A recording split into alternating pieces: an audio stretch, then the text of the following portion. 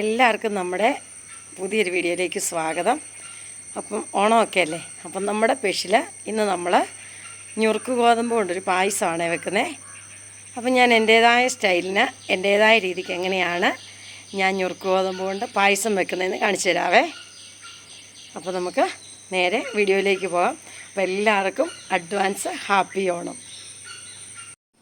അപ്പം നമുക്കിന്ന് ഓണമൊക്കെ അല്ലേ, അപ്പോൾ നമുക്കൊരു ഓണം സ്പെഷ്യൽ ഞുറുക്ക് ഗോതമ്പ് കൊണ്ടൊരു പായസം വെക്കാവേ. അതിന് വേണ്ടിയിട്ട് നമുക്ക് ഒരു നല്ല ചൂട് കെട്ടിയുള്ള പാത്രം അടുപ്പിൽ വെച്ച് അതിനകത്തോട്ട് ഞാനൊരു 2 സ്പൂൺ നെയ്യ് ഒഴിച്ച് കൊടുത്തു. സാധാരണ നമ്മുടെ ഈ നെയ്യ് തന്നെയാണ്.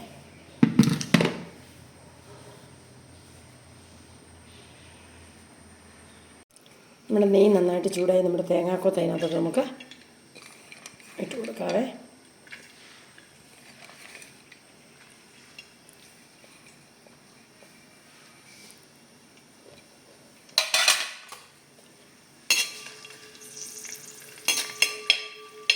ഇത് നമുക്ക് നന്നായിട്ടൊന്ന് മൂപ്പിച്ചെടുക്കാം. നമ്മുടെ തേങ്ങാക്കൊത്തൊക്കെ മൂത്തിട്ടുണ്ട്. നമുക്ക് അതിനകത്ത് ഇടിച്ചിട്ട് മുന്തിരിങ്ങയും അണ്ടിപ്പരിപ്പും ഇട്ട് കൊടുക്കാവേ. ഇതെല്ലാം ഇടുന്നത് ചിലപ്പോൾ വറുത്ത്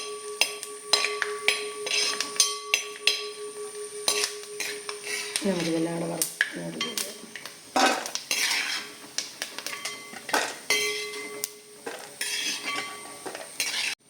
ഇനി നമുക്ക് ആ നെയ്ക്കകത്തോട് തന്നെ നമ്മൾ വേവിച്ച് വെച്ചിരിക്കുന്ന നമ്മുടെ ഞുറുക്ക് ഗോതമ്പ് ഇട്ട് കൊടുക്കും. ഞാനിതൊരു 2 മണിക്കൂറിൽ കൊടുത്തിട്ട് നമ്മുടെ കുക്കറിനകത്തിട്ട് ഞാനൊരു 3 വിസിൽ അടുപ്പിച്ച് വേവിച്ചെടുത്ത് വെച്ചിരിക്കുന്നതാണ്.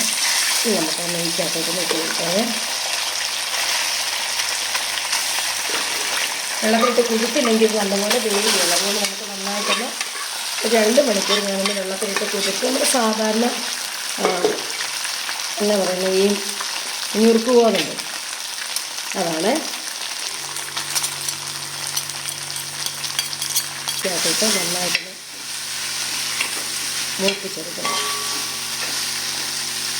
അപ്പോൾ അതിൻ്റെ പച്ചച്ചുവയൊക്കെ നമ്മുടെ ഗോതമ്പിൻ്റെ പച്ചച്ചുവയൊക്കെ ഒന്ന് മാറുകയും ചെയ്യും.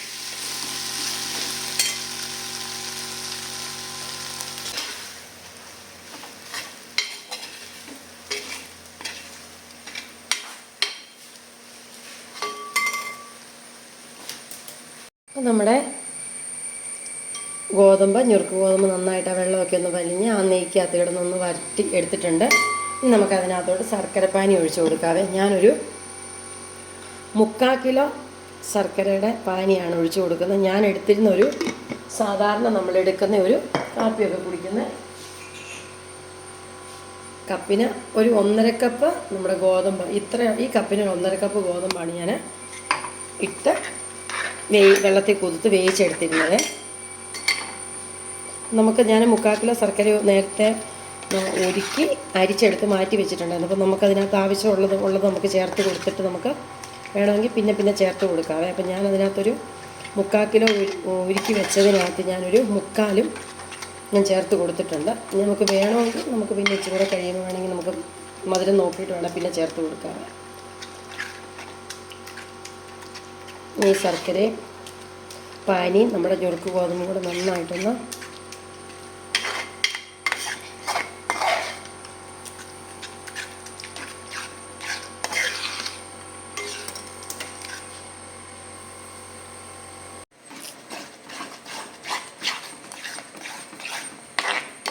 ഇങ്ങനെ ഇളക്കി നമ്മുടെ ആ ശർക്കര പാനിക്കകത്ത് കിടന്ന് നമ്മുടെ ഞുറുക്ക് ഗോതമ്പ് നന്നായിട്ട് അങ്ങോട്ട് വരട്ടി അങ്ങ് എടുക്കണം. അപ്പോൾ അതിന് നല്ലപോലെ അതിൻ്റെ ആ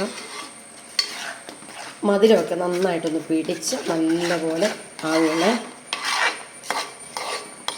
ഞാനെടുത്ത് ഈ 1.5 ഗ്ലാസ് ഞുറുക്ക് ഗോതമ്പിൻ്റെ അളവാണ് ഞാനീ പറഞ്ഞത്. ശർക്കരയൊക്കെ ഞാൻ ചേർത്തിരിക്കുന്നത്. അപ്പം ആവശ്യത്തിന് കൂടുതൽ ക്വാണ്ടിറ്റി എടുക്കുന്നവർ കൂടുതൽ നോക്കി അവൻ്റെ ആവശ്യത്തിന് മധുരമൊക്കെ ചേർത്ത് വേണം ഉണ്ടാക്കാൻ കൊടുക്കാൻ. നല്ലപോലെ ഇളക്കി ഇങ്ങനെ വരട്ടി എടുക്കുകയാണ് നമ്മുടെ പായസത്തിന് നല്ല ടേസ്റ്റായിരിക്കും കേട്ടോ.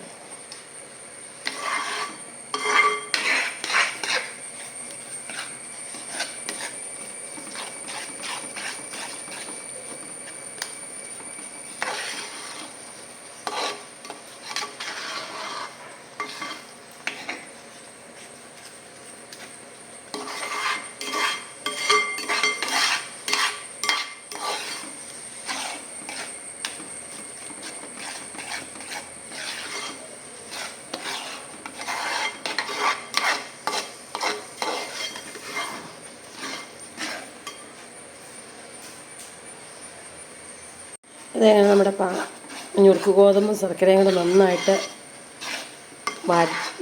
വരണ്ട് നമ്മുടെ മധുരമൊക്കെ പിടിച്ച് ഞുറുക്ക് ഗോതമ്പ് നന്നായിട്ട് വന്നിട്ടുണ്ടെങ്കിൽ ഇനി അതിനകത്തേക്ക് നമുക്ക് രണ്ടാം പാൽ ചേർത്ത് കൊടുക്കാവേ.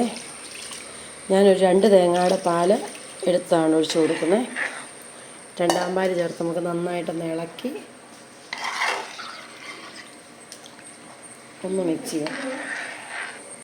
ഇതെങ്ങനെ നമ്മുടെ ഞുറുക്ക് ഗോതമ്പ് പായസം നല്ലപോലെ കുറുകി വരുന്നുണ്ട്. നമ്മുടെ രണ്ടാം പാലും ശർക്കരപ്പാനിയും ഞുറുക്ക് ഗോതമ്പും. ഇനി നമുക്ക് ഇതിനകത്തോട്ട് ഏലക്കായും ജീരകവും ചുക്കും കൂടെ പൊടിച്ചിട്ട് കൊടുക്കാവേ.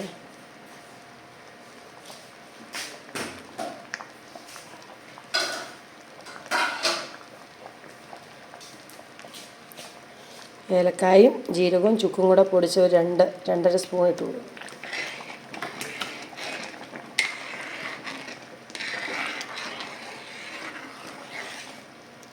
എല്ലാം നന്നായിട്ടൊന്ന് ഇളക്കി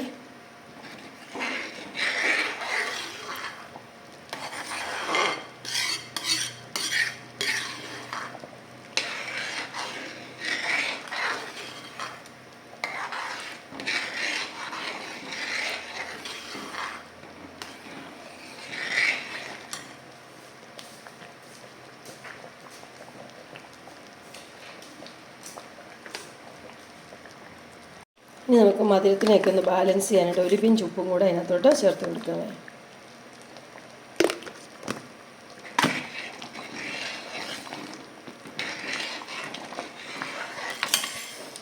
പൊട്ടിത്തെറിക്കണം.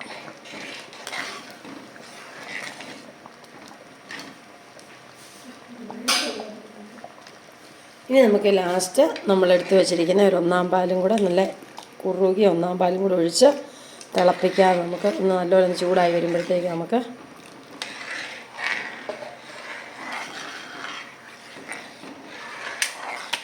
വാങ്ങി വെക്കാം. ഇതിനകത്തോട്ട് വേണമെങ്കിൽ നമുക്ക് 1 സ്പൂൺ നെയ്യും കൂടെ നമുക്ക് ഒഴിച്ച് കൊടുക്കാവേ.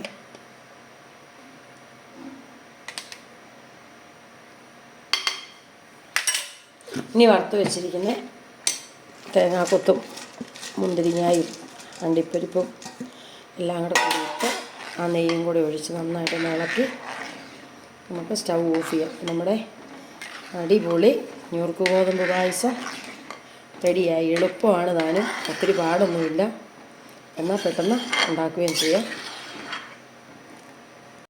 അപ്പോൾ ഇത് എങ്ങനെ നമ്മുടെ നല്ല അടിപൊളി എന്താ പറയുക, നല്ല സൂപ്പർ ടേസ്റ്റുള്ള ഞുറുക്ക് ഗോതമ്പ് പായസം റെഡി ആയിട്ടുണ്ട്.